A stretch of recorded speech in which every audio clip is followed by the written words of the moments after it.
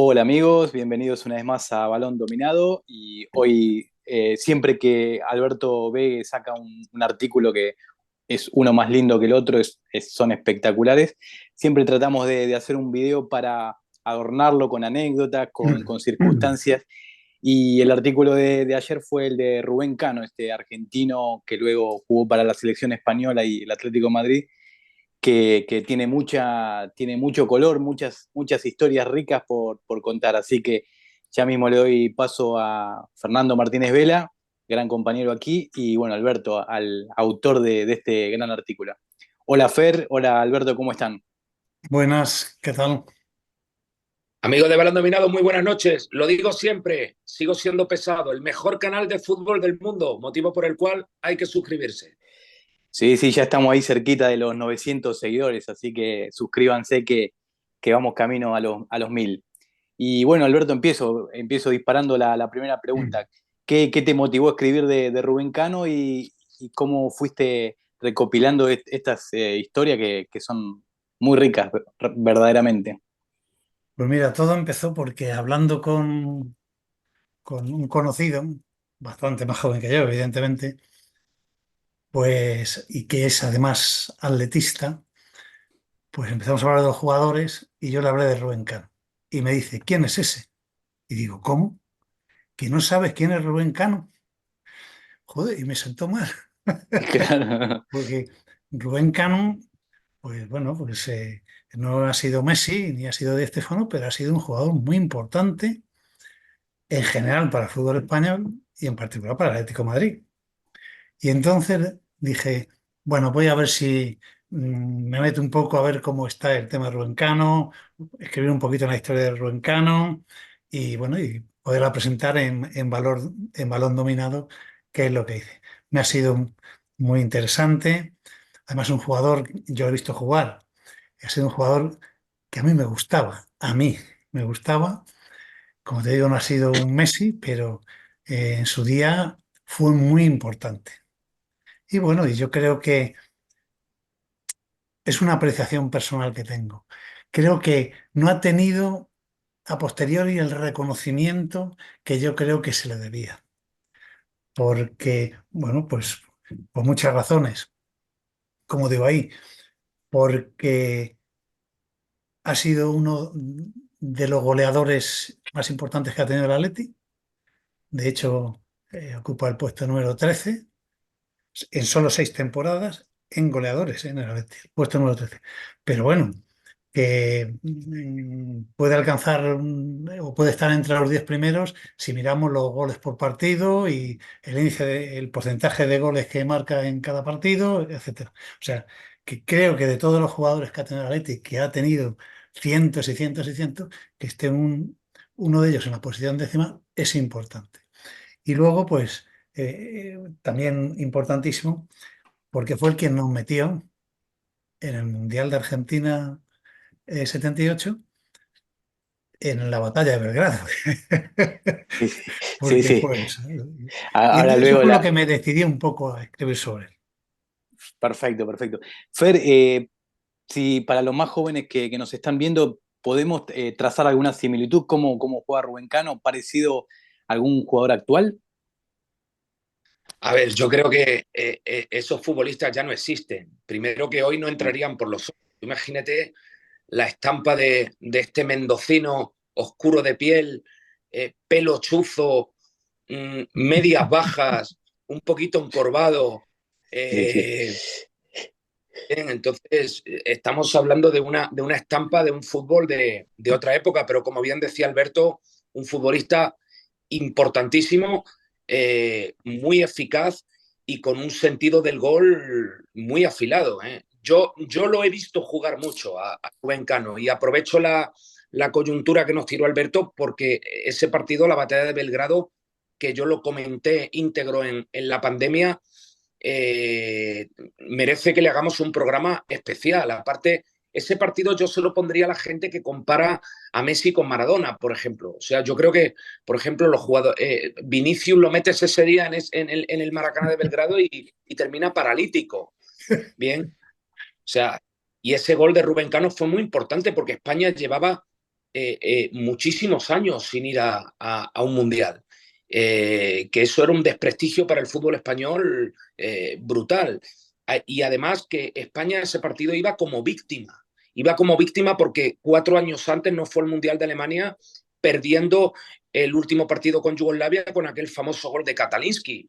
Y aparte Yugoslavia tenía un equipo peligroso. Recuerdo a los hermanos Susic, por ejemplo, que tenía aquel extremo izquierda que tenía muchísima calidad.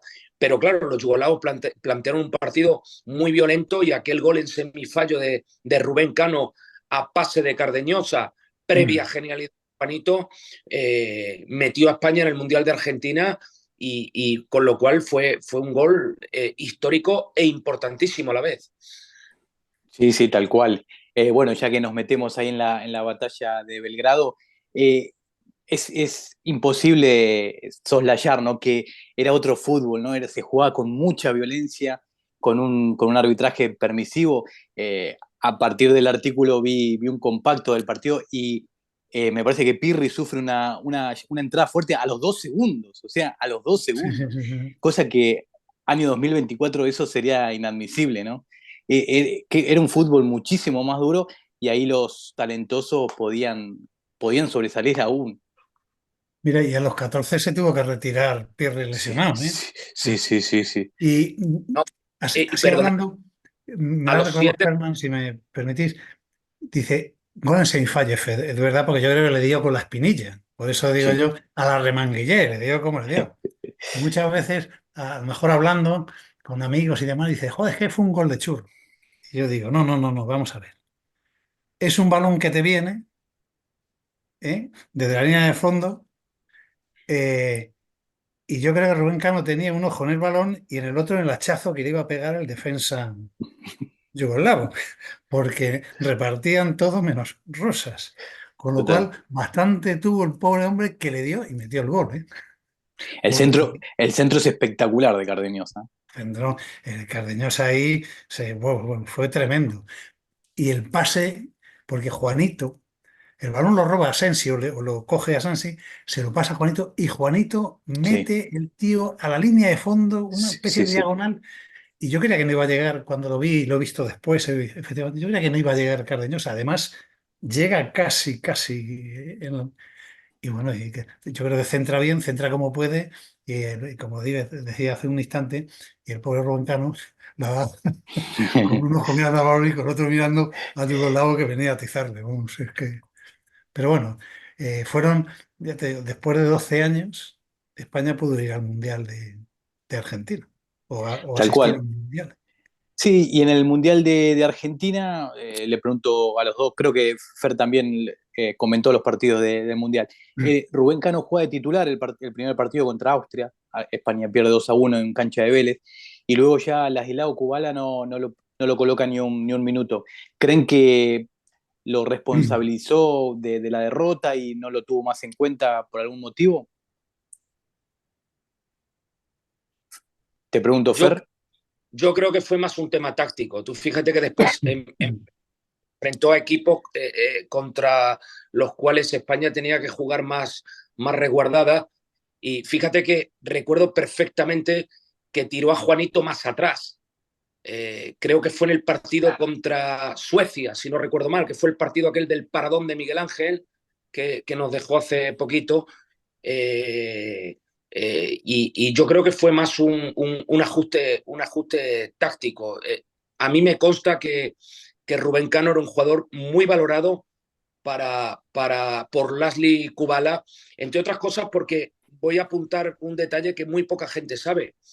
El otro que nos dejó hace poco, el flaco César Luis Menotti, peleó duramente en los despachos para que Rubén Cano fuese jugador de la selección argentina. Y eso que no era un jugador a priori del gusto futbolístico o del estilo de Menotti, pero insisto, tenía un sentido del gol que el gol es apreciado por todas las corrientes futbolísticas, porque es el sentido de este juego. Sí, sí, tal Yo cual. estoy con Fernando. Yo creo que no obedecía, es decir, Rubén Cano no pagó los platos rotos por no haber ganado, no. más bien fue un tema táctico. Además, yo estoy con él. Yo creo que Ladislao Kubala apreciaba mucho el juego de Rubén Cano. De hecho, se rompió, fue un pionero en romper la norma que había en España de no convocar a oriundos, y Rubén Cano fue, si no fue el primero, fue de los primeros. O sea que Claro. apreciarle como jugador le apreciaba totalmente. Y otra pregunta, Alberto, que también del artículo muy bueno, que también año 2024 sería impensado. Contás que Rubén Cano va a Bélgica, al estándar de Lieja, y se queda ahí durante un tiempo, y el fichaje no se hace, y entonces Sí, yo decide creo volver que a Argentina. sí, yo creo que ahí le tomaron un poco el pelo, intentaron tomarle el pelo, porque muchas veces la gente piensa que Rubén Cano vino directamente al Elche. No, no, primero pasó una etapa en el estándar de Lieja, que en aquellos entonces, bueno, ahora creo que ha ganado la Liga Belga hace poco, la ha ganado este año, y ha vuelto un poquito por sus fueros, pero en aquel entonces era un equipo que había ganado bastantes campeonatos de liga y la Copa de Bélgica en bastantes ocasiones. Era un equipo importante. Rubén Cano se había consolidado en Atlanta, ¿eh? Había Sí, sí. sido el máximo goleador del equipo en las 4 temporadas que él estuvo, creo que estuvo 4 temporadas en Atlanta. Había sido 2 o 3 máximo goleador del equipo. Era un tipo conocido junto a Bobby Cortés también, y tal Boglio o Boglino. Y bueno, el caso es que Atlanta, yo creo que para poder solventar un poco el problema económico que ellos tenían, quisieron vender a Rubén Cano. El estándar de Lieja se ofreció, y allí fue el amigo Rubén Cano, pero no le daban bolilla. Cada vez que quería firmar, porque él lo que quería era firmar y arreglar su situación, le daban largas, le daban largas, le daban largas. Hasta que, bueno, se hartó, y ahí contó con la colaboración de Pelé, porque Pelé, el Santos de Pelé, en aquellos momentos, en aquella fecha, fue a jugar un amistoso, que fue a jugar un amistoso ahí. Pues resulta bueno, pues Rubén Cano vio y le dijo, hombre, un argentino, hombre, un brasileiro, tal, ¿qué? Y le contó el problema que tenía. Y entonces, estoy hablando de memoria, y como muy bien dice Fernando, a lo mejor la memoria me engaña.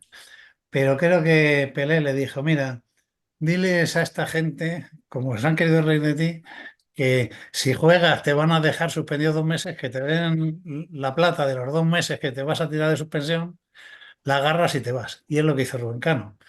Dijo que en medio tiempo que estaba lesionado, ya le estaban esperando sus contactos allí, y se lo llevaron y se volvió a la Argentina. Y eso fue en el año 73. Y el 74 es cuando un entrenador que él tenía en Atlanta, que era Pipo Rossi, que tiene una anécdota muy buena con Rubén Cano, con el Pipo Rossi. Bueno, pero entonces se lo llevó a Leche con dos jugadores más. La anécdota que digo yo, porque el Pipo Rossi, según he podido leer, yo no he visto nunca jugar ni nada, pero un tío que tiene una mala leche tremenda. Pipo Sí, Rossi sí, creo sí, que sí. era la releche el tío, y Repar- además, sí, sí, repartía para. sí, sí, sí, sí.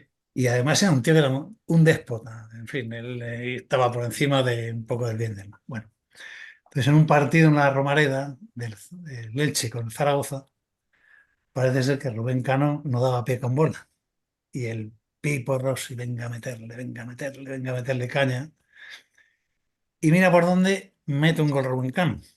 Y Rubén Cano se quita a los compañeros del medio y va corriendo a la banda donde estaba el Pipo Rossi, y dijo, este gol es para la concha de tu madre. Y ahí, en un momento, se temió lo peor. Y sin embargo, no, pues yo creo que la gente que es como el Pipo Rossi, que es muy echada por delante, a lo mejor tiene momentos en que o se le cruza el cable o reflexiona. Y yo creo que en este caso el Pipo Rossi reflexionó. Se quedó ahí en una discusión de campo de Sí, juego. sí, efectivamente. Y Fer, ¿alguna anécdota con Rubén Cano que nos puedas contar? No, no, muchas, muchas anécdotas. Por ejemplo, voy a contar una que como yo creo que ha prescrito, el gran Rubén Cano no se va a enfadar. Eh, eh, A ver, él fue secretario técnico del Atlético de Madrid de Gil. Difícil papeleta, ¿no? Y entonces Rubén Cano le pasa como a mí, ¿no? Que le gustan mucho las mujeres, ¿no? Entonces había un juvenil en aquella época en España que destacaba mucho, que apuntaba para crack mundial. Se llamaba Patri y era de Huelva, de un pueblo de Huelva, ¿no? Y creo recordar que era el hijo de un matrimonio de bodegueros, de gente muy adinerada, ¿no? Entonces, la que negociaba los contratos de Patri, insisto, un jugador juvenil de 16, 17 años, era su señora madre. Entonces esa señora pues era una mujer espectacular, alta, esbelta, elegante, preciosa, ¿no? Entonces Rubén Cano dijo aquello de, teniendo al lado a dos de los hijos de Jesús Gil, lo que diga la madre, lo que diga la mamá. O sea, lo que pida la mamá se lo damos. Tanto es así que Patri, a partir de aquella negociación, se convirtió en el juvenil más caro del mundo. Quiero decir, el Atlético de Madrid de Jesús Gil y Rubén Cano hace el contrato del juvenil más caro del mundo. Y a mí, personalmente, me ha reconocido uno de los hijos de Jesús Gil, con quien yo tengo amistad, que Jesús Gil, padre, lo quería matar.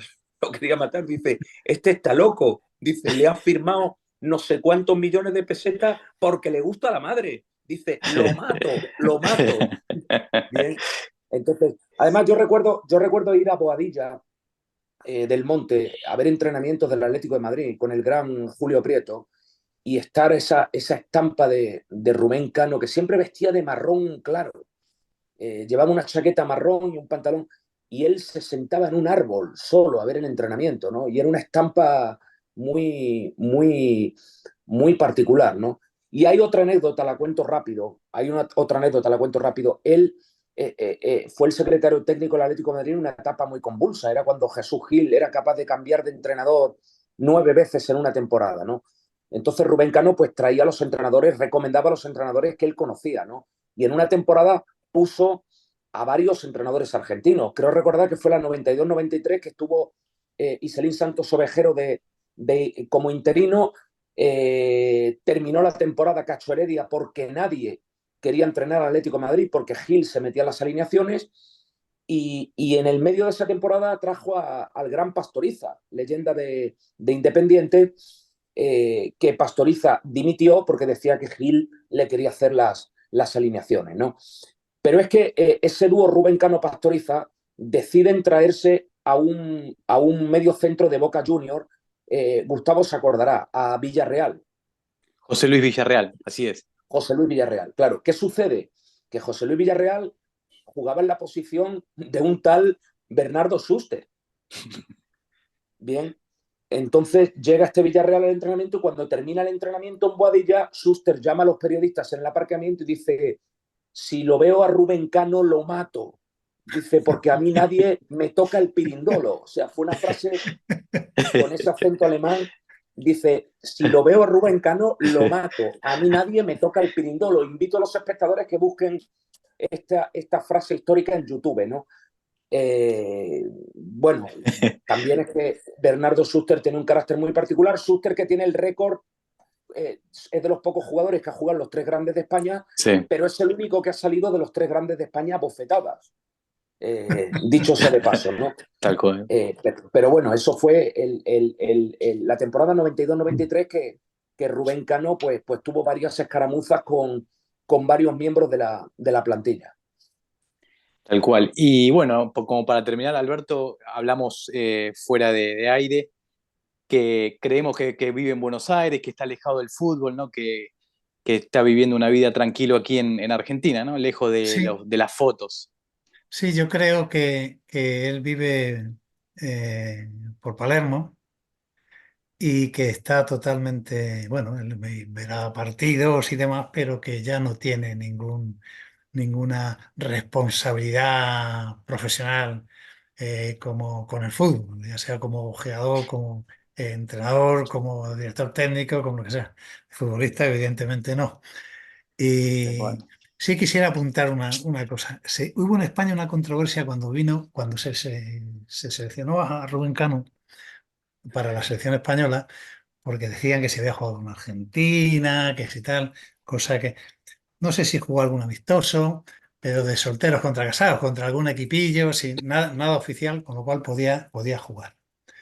El problema es que le trajo el Elche, y el presidente del Elche, que era un avispado, dijo, voy a traer a un internacional argentino, argentino 100%, que ha jugado en la selección, ¿qué tal? Y como el Elche tenía, bueno, el Elche le inscribió como jugador extranjero, mientras él hacía los trámites de la nacionalidad. Y eso Claro. fue lo que motivó un poco que al inscribirle como extranjero y luego al decir el presidente del Elche que había jugado con la selección argentina, pues un poco motivó mm, la perspicacia o la duda en la federación y en el ámbito de la selección nacional. Pero nada, no había nada de eso, ¿no? Porque su padre es de Pueblo de Almería. Y luego el presidente de Elche dijo, no, yo lo escribí así y dije que había sido, jugaba en la selección argentina porque luego como iba a hacer, era un buen jugador, iba a venir un grande, se lo iba a llevar, iba a pagar. O sea, fue por eso por lo que lo hizo, no por otra cosa. Y luego ya la última, como dice Fernando, y aquí ya sí que me callo. Fíjate, ese es un jugador, ha sido un jugador importante para el Atlético de Madrid, que el cantante Joaquín Sabina, al cual todos conocemos, en su libro en su disco Motivo de una Pasión, nombra a 38 jugadores en toda la historia del Atlético de Madrid. Y nombra a Rubén Cano, concretamente habla de las gambetas de Rubén Cano.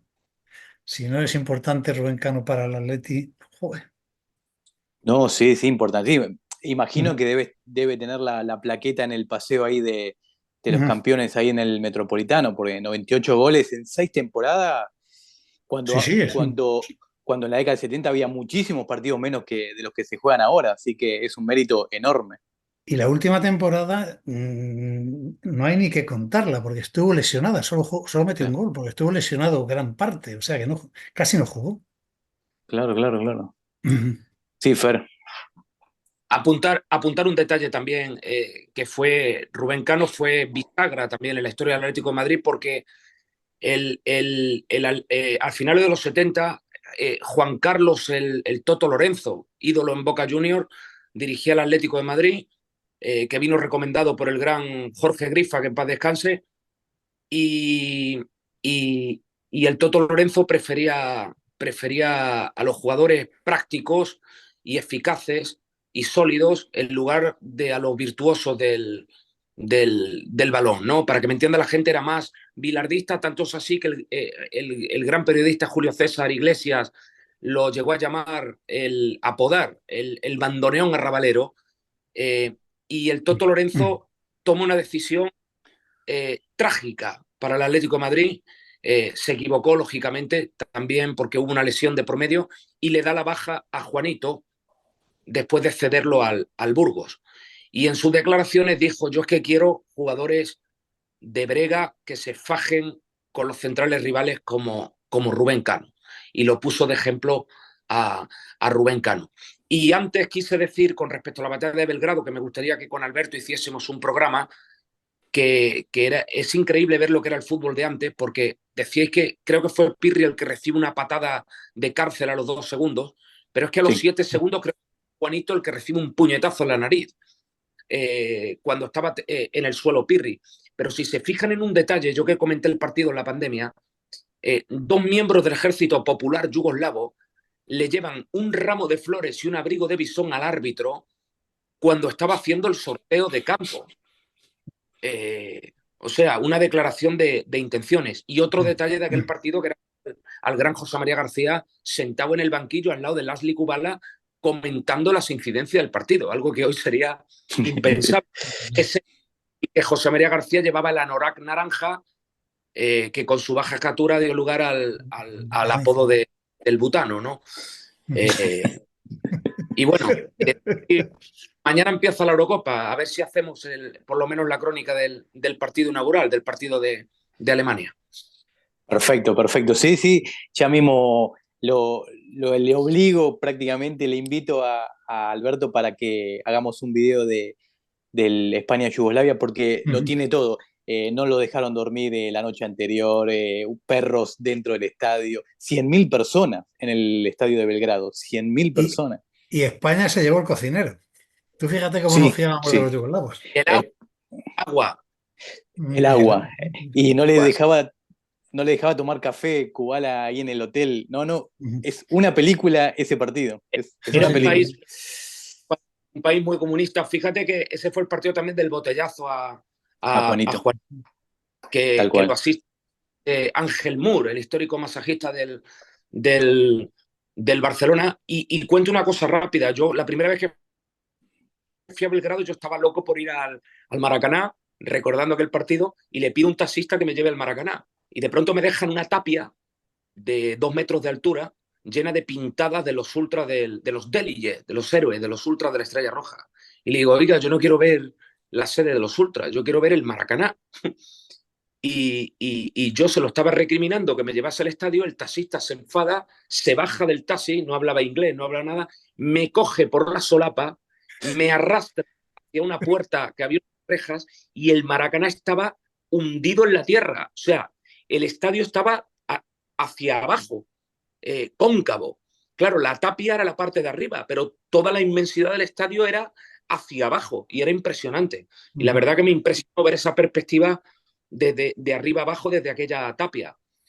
Claro, claro. Como se hacían los estadios en aquella época, el Olímpico de Múnich, el Ujú. Mario Kempes aquí de Córdoba, Argentina, sí. Ujú. Bueno, les mando un fuerte abrazo. Alberto, muchísimas gracias por el artículo. A Nos vosotros. motivó a saber un poquito más de este jugador, tal Ujú. vez un poco, entre comillas, olvidado por la afición atlética, pero nos encantó saber de estas anécdotas de Rubén Cano. Así que un fuerte abrazo para ambos. Y sí, obvio, mañana empieza la Euro y estaremos aquí atentos analizando lo que pueda pasar con las elecciones. Bien. Un Muy buenas abrazo noches. para los dos.